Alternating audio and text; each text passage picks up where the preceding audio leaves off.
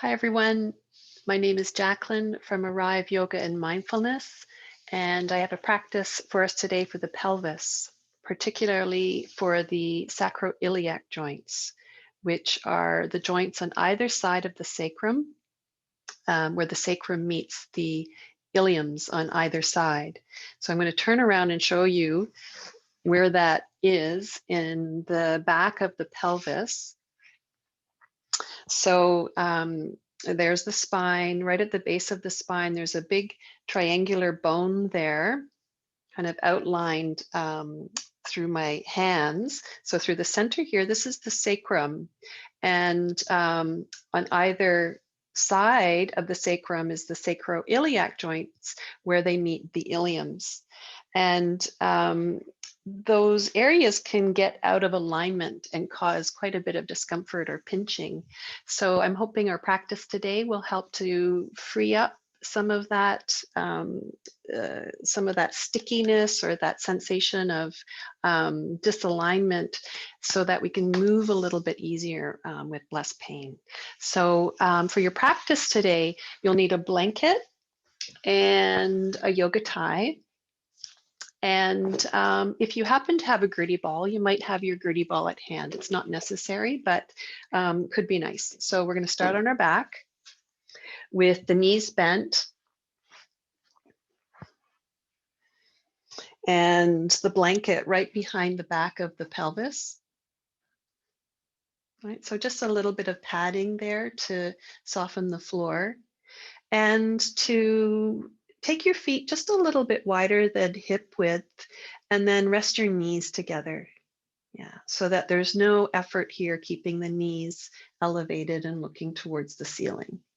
And then let's rest the arms at the sides. And we're just going to take a few moments here just to set our intention for our practice. And also just to shift gears from your day, right? It could be the first time that you've allowed yourself to come to rest and to pay attention to this body, this mind and heart as it is in this moment.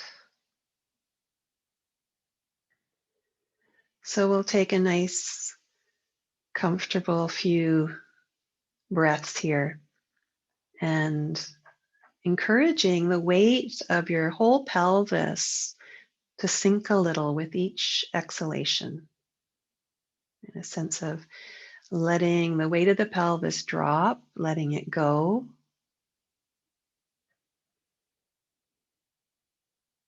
As though the impression at the back of the pelvis could deepen into the blanket a little bit more.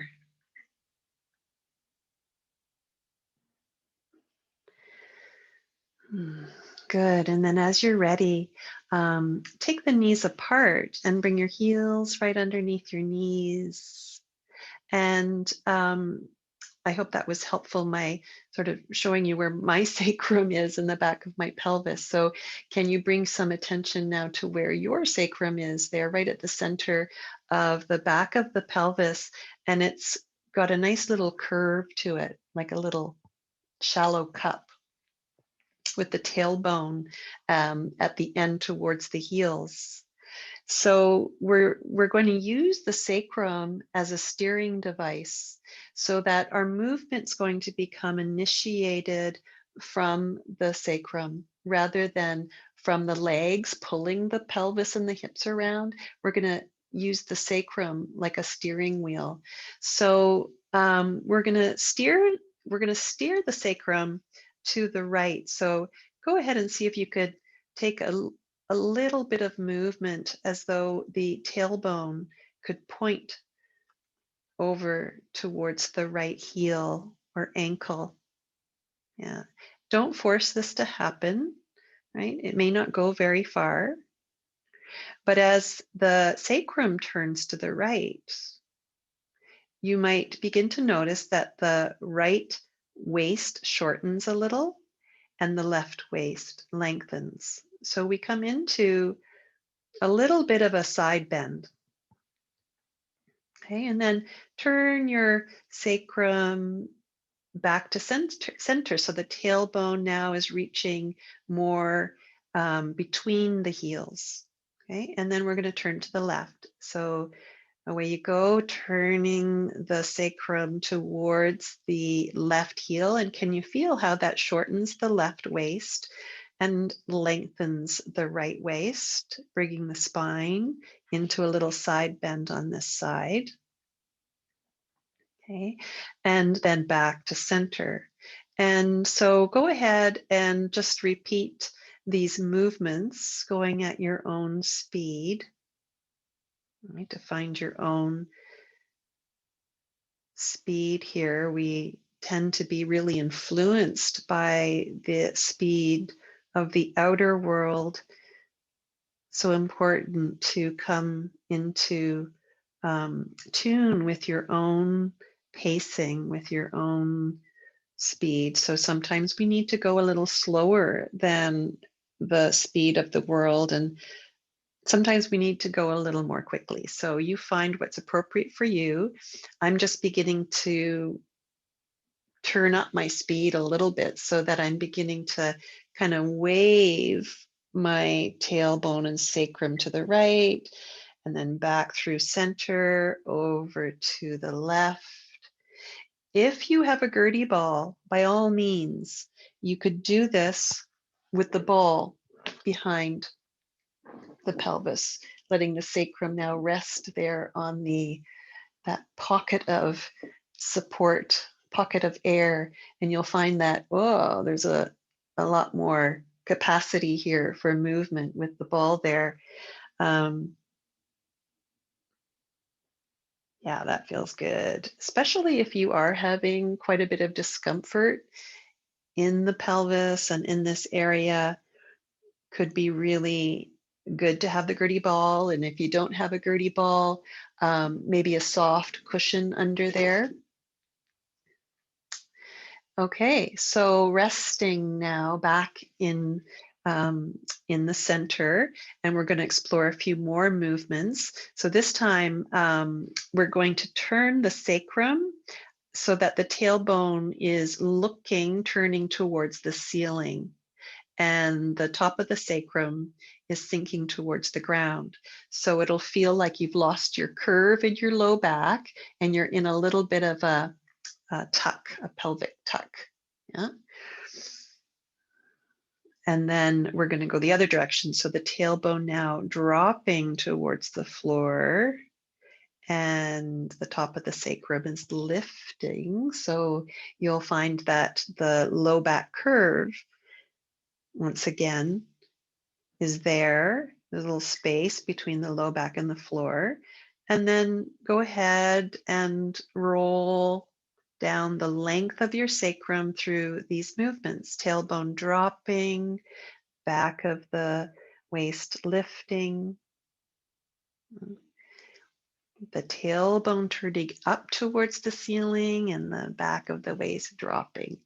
So um, tipping forward and tucking under. These are movements that we're really familiar with in the cat poses, the cat-cow movements of extending the spine, right, and flexing the spine. But we're initiating the movement from the sacrum, letting the sacrum steer the pelvis, which then has an influence on the movement of the spine.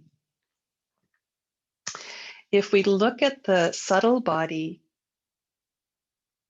we are in the area of the first and second chakras, right? The first chakra being in the pelvic floor, second chakra kind of right in front of the sacrum. And what's interesting about the second chakra is the aspect of water, right? The first chakra is earth and stability and strength. And the second chakra is water and fluidity and movement.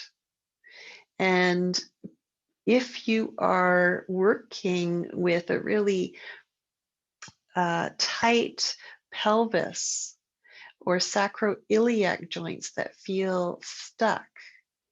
This idea of water and bringing a sense of fluidity into the movements here may help to bring some comfort, some ease, and maybe even a little bit of freedom and loosening of those tight places. So as we roll down the length of the sacrum, perhaps bringing in that quality of water flowing, water flowing.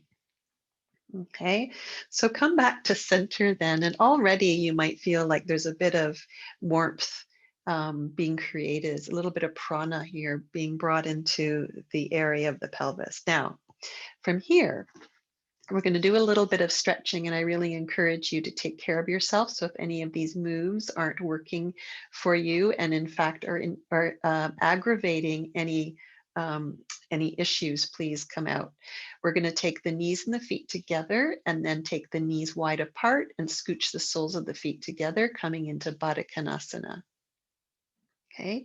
If you've got your folded blanket there underneath you, you could roll it up a little bit to support the thighs, right? So tucking some blanket under there, or if you have a cushion at hand or even your Gertie ball, nice to tuck it underneath the thighs. So coming into Baddha Konasana, letting the thighs drop to either side.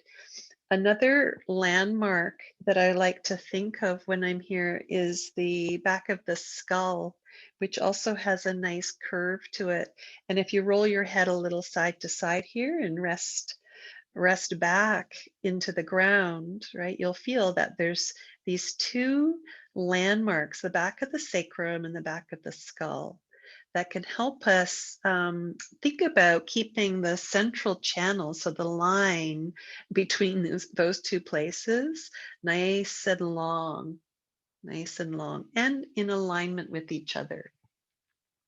Okay, so from here, we're going to take the right leg up, draw the knee in, and loop your tie around your foot.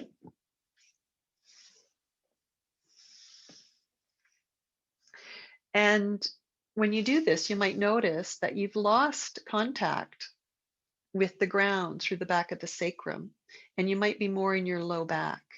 So if that's true, back your leg away from you until you find that center piece, the back of the pelvis, so that you're resting down through the sacrum. And the heel is reaching away from you, but we're going to practice a little bit of leg stretching here without shifting off the center of the back of the pelvis. So if there's some space there, draw that straight leg in towards you, keeping a little curve in your low back so that you're sure you're in the back of the sacrum, and the back of the skull still in line here with the sacrum.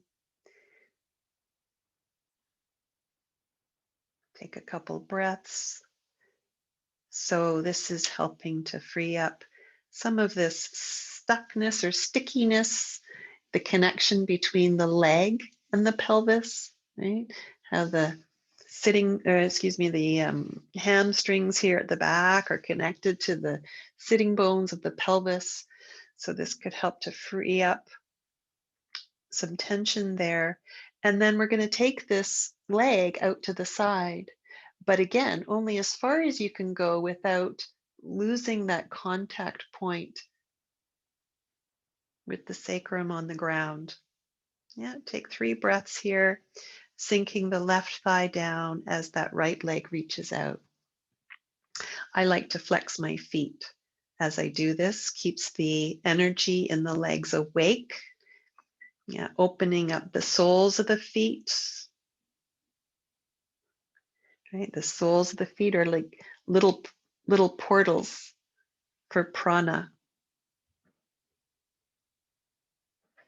Okay, then exhale and reaching that leg all the way back towards the ceiling. And then we're going to bend this knee and Take the tie away. Good. And come into a little bit of wind reliever pose here. So hugging your thigh, your right thigh in towards your right abdomen. And let the shoulders drop, keeping the head nice and heavy. As you inhale, you might feel how the breath helps to press into the diaphragm, causing the thigh to move away a little bit. And as you exhale and the breath goes out, the thigh drops down into the right side of the belly. Okay. So let's take that leg, bring it back into Baddha Konasana, rest that thigh down, and then taking the left knee in towards you, looping the tie around the left foot, and stretching that leg now up towards the ceiling. Once again, finding the curve in your sacrum, that center point, and keeping some weight dropping down through that center point as the straight leg begins to come in towards you. Yeah, without force or aggression, right? Inviting that leg in towards you. There could be lots of sensations here in the back of the knee, in the calf, maybe all the way up to the ankle. This is good. This is flushing out some of that tension. So we don't want to get stuck in any of our poses or stretches. So there's always room as the breath comes in and as the breath goes out, all the cells in the body being nourished and touched by the breath.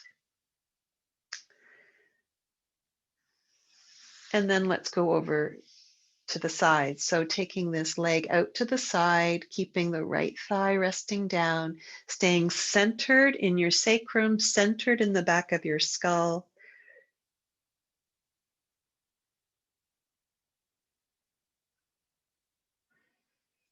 And breathing in and breathing out.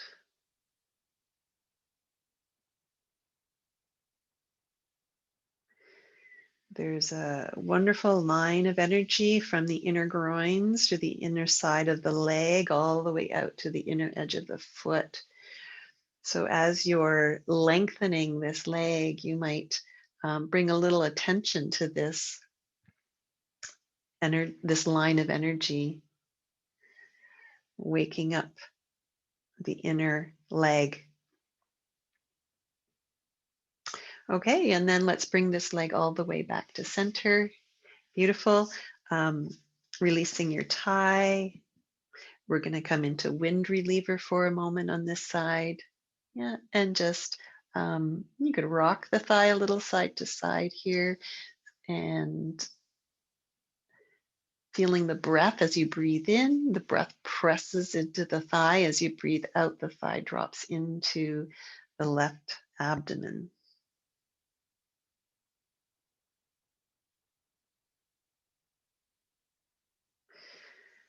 Okay, good.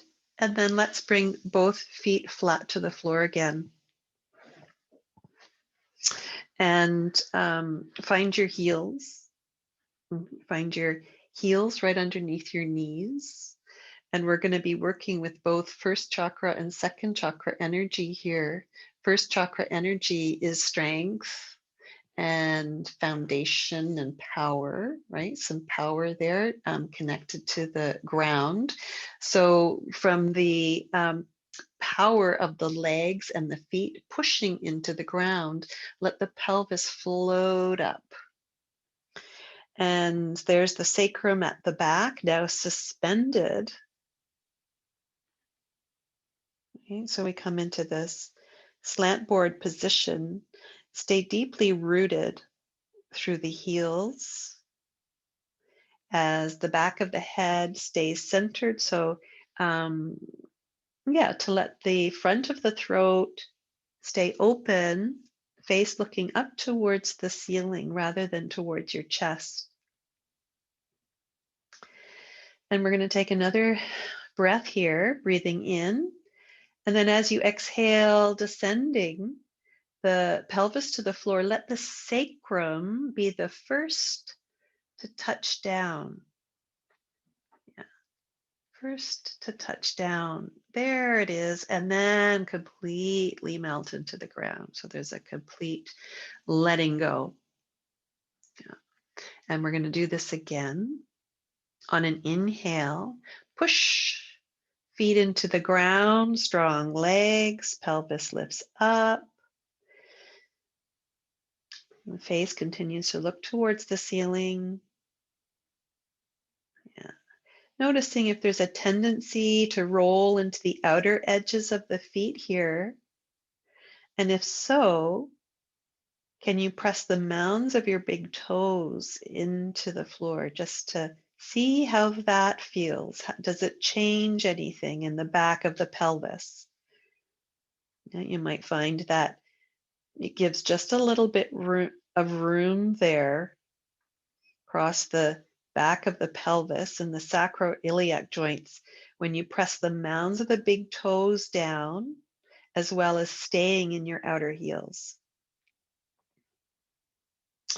Okay, and then as you exhale, we're going to take the sacrum all the way back down, let it touch the ground, and then completely let go, soften. Okay, one more time. Inhale, we push it to the ground, and there's a lift, there's a reach up with the pelvis, the sacrum floating there in space. Right? Think of that water element here, helping to keep things fluid and soft and gliding and sliding. Yeah. And then exhale and lowering down, sacrum touching the earth, inviting a letting go. Taking the arms now out into a T position. And again, we're going to invite the sacrum to do a little steering. And this time we're going to roll the sacrum across the width of the sacrum to the left. And that's going to take the whole pelvis and the knees over to the left. Yeah. And then roll the sacrum back to center and over to the right.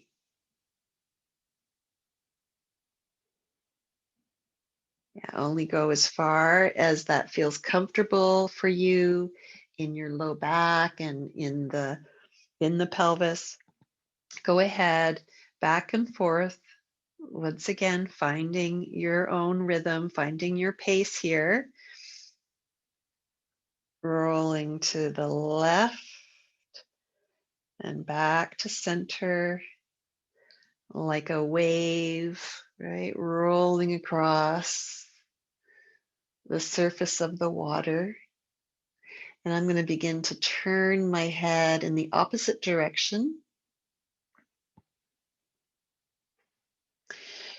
Keeping this intention of turning from the sacrum. It's easy to forget that and to let the knees and legs pull the pelvis from side to side. When we turn from the sacrum, there's just going to be a different quality of movement. So see how that feels for you. And if it does in fact feel different, then to do this movement, pulling from the knees or pulling from the hips. And there's a little sloshing here too from side to side with the fluidity here. And in fact, this area of the body is quite watery, right? It's our bladder, it's the ureters coming down from the kidneys, it's our large intestine, it's the ovaries, the uterus, if you have those organs. Um, it's the reproductive organs. So there's lots of fluids here and potent fluids, right? They're rich, which I think speaks of also a lot of energy. Yeah. And perhaps also a lot of memories, images, right? We all sort of came into the world through the gateway of this area. So this is primal, ancient, primal, ancient region of our body. Okay, so let's come back to center and come into little boat pose, bringing the knees in towards the chest. You could bring your hands onto the knees and um, circling the knees. Yeah, you could kind of target the area around the sacrum, this gentle rolling around, and and then going in the other direction.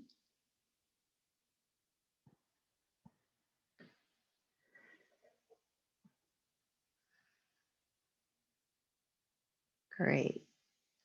And then bringing your feet to the floor, roll onto one side, and then just pause here for a moment.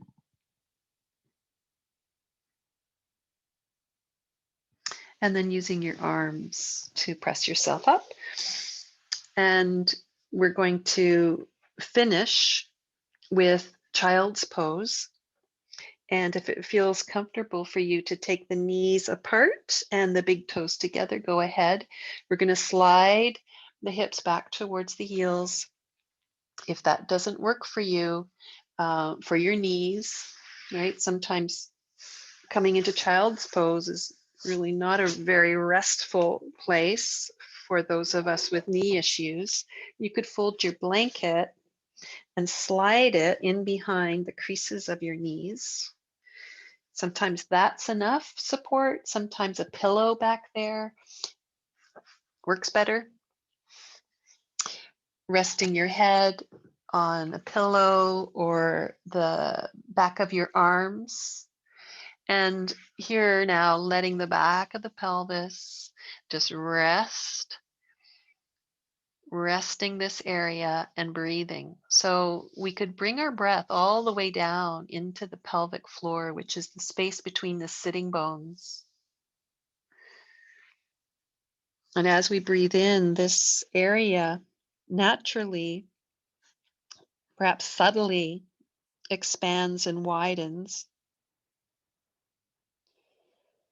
And as we breathe out, this area slightly, subtly retracts.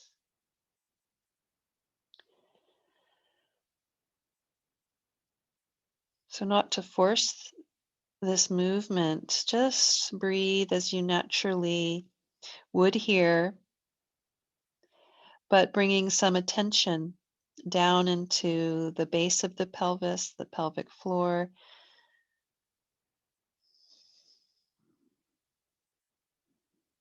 into the joints between the sacrum and the iliums.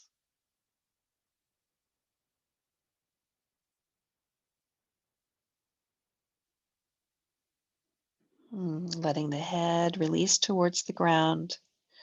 And mm, and if it feels like your face tightens, to just give a maybe some encouragement here for the muscles of the face to relax, the tongue and jaw relaxing. There's a correlation here between the jaw and the pelvic floor. So if there's some tension in the jaw, there could be some tension down here in the pelvic floor.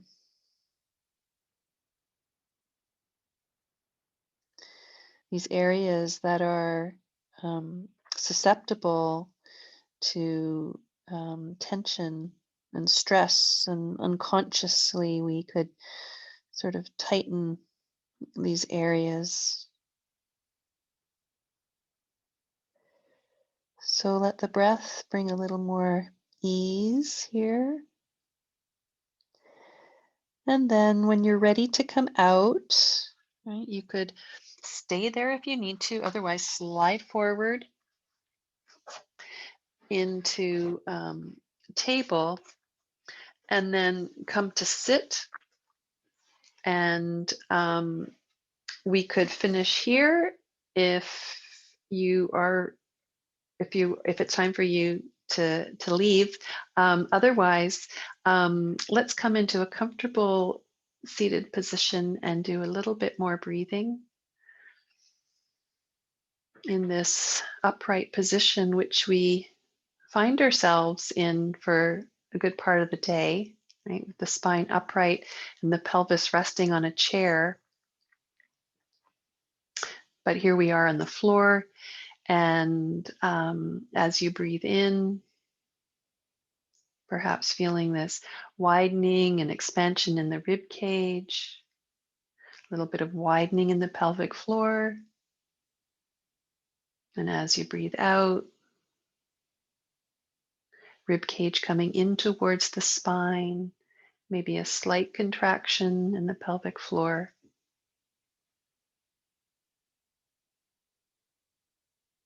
And the back of the skull resting back in line with the back of the sacrum.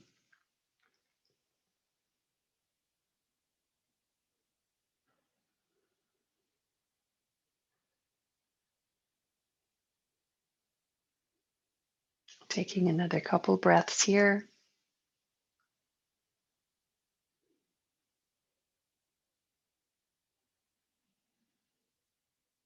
And then let's bring our palms together in front of the heart, thumb tips touching the sternum,